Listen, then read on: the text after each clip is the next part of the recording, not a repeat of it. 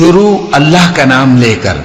جو بڑا مہربان نہایت رحم والا ہے۔ جو چیزیں آسمانوں میں ہیں اور جو چیزیں زمین میں ہیں سب اللہ کی تسبیح کرتی ہیں، اور وہ غالب ہے،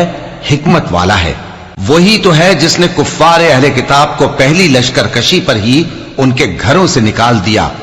مسلمانوں، تمہارے خیال میں بھی نہ تھا کہ وہ نکل جائیں گے، اور وہ لوگ یہ سمجھے ہوئے تھے کہ ان کے قلعے ان کو اللہ کے عذاب سے بچا لیں گے،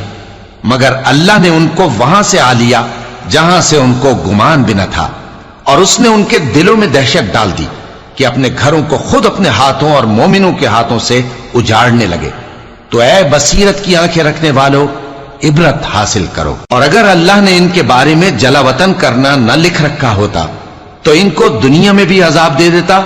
اور آخرت میں تو ان کے لیے آگ کا عذاب تیار ہے ہی۔ یہ اس لیے کہ انہوں نے اللہ اور اس کے رسول صلی اللہ علیہ وآلہ وسلم کی مخالفت کی، اور جو شخص اللہ کی مخالفت کرے تو اللہ اسے سخت عذاب دینے والا ہے۔ مومنوں، کھجور کے جو درخت تم نے کاٹ ڈالے یا ان کو ان کی جڑوں پر کھڑا رہنے دیا، سو یہ اللہ کے حکم سے تھا، اور اس سے مقصود یہ تھا کہ وہ نافرمانوں کو رسوا کرے۔ اور اے مسلمانوں،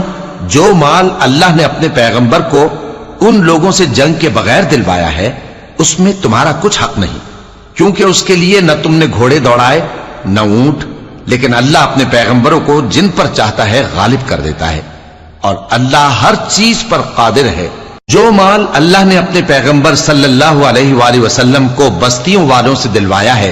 وہ اللہ کے اور پیغمبر کے قرابت والوں کے اور یتیموں کے اور حاجت مندوں کے اور مسافروں کے لیے ہے،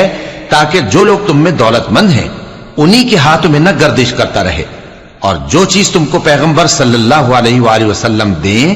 وہ لے لو، اور جس سے منع کرے اس سے باز رہو، اور اللہ سے ڈرتے رہو، بے شک اللہ سخت عذاب دینے والا ہے۔ اور ان ضرورت مند مہاجروں کے لیے بھی جو اپنے گھروں اور مالوں سے خارج اور جدا کر دیے گئے ہیں، جو اللہ کے فضل اور اس کی خوشنودی کے طلبگار اور اللہ اور اس کے پیغمبر کے مددگار ہیں،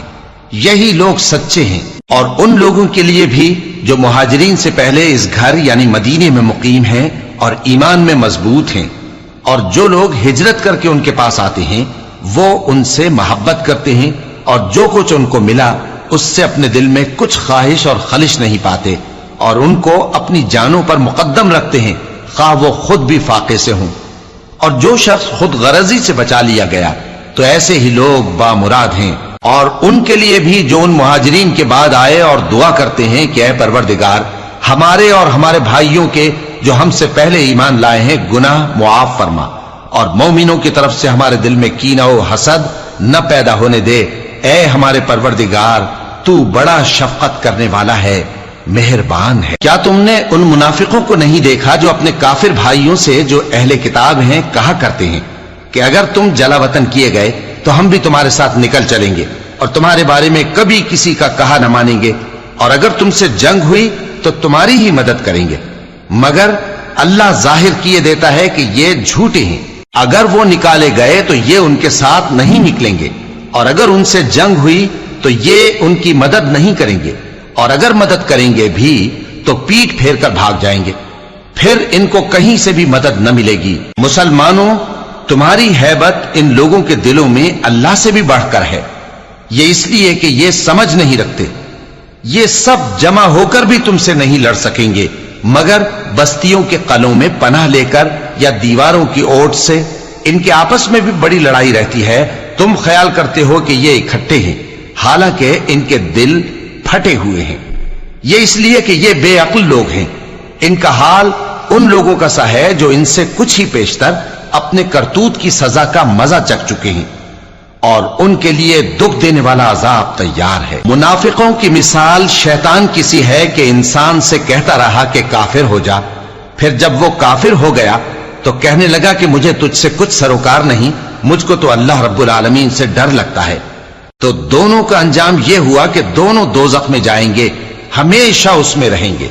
اور بے انصافوں کی یہی سزا ہے۔ اے ایمان والو، اللہ سے ڈرتے رہو، اور ہر شخص کو دیکھنا چاہیے کہ اس نے کل یعنی آخرت کے لیے کیا سامان بھیجا ہے،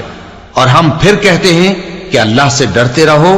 بے شک اللہ تمہارے سب اعمال سے خبردار ہے۔ اور ان لوگوں جیسے نہ ہو جانا جنہوں نے اللہ کو بھلا دیا تو اللہ نے انہیں ایسا کر دیا کہ وہ خود اپنے آپ کو بھول گئے۔ یہی لوگ ہیں نافرمان۔ اہل دوزخ اور اہل بہشت برابر نہیں، اہل بہشت ہی کامیابی حاصل کرنے والے ہیں۔ اگر ہم یہ قرآن کسی پہاڑ پر نازل کرتے تو تم اس کو دیکھتے کہ اللہ کے خوف سے دبا اور پھٹا جاتا ہے۔ اور یہ مثالیں ہم لوگوں کے لیے بیان کرتے ہیں تاکہ وہ غور کریں۔ وہی اللہ ہے جس کے سوا کوئی معبود نہیں، پوشیدہ اور ظاہر کا جاننے والا، وہ بڑا مہربان ہے، نہایت رحم والا ہے۔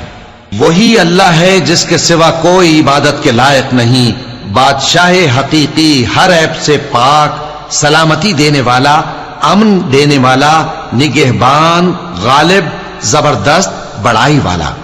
اللہ مشرکوں کے شرک سے پاک ہے۔ وہی اللہ تمام مخلوقات کا خالق، ایجاد و اختراع کرنے والا، صورتیں بنانے والا، اس کے سب اچھے سے اچھے نام ہیں۔ جتنی چیزیں آسمانوں اور زمین میں ہیں سب اس کی تسبیح کرتی رہتی ہیں، اور وہ غالب ہے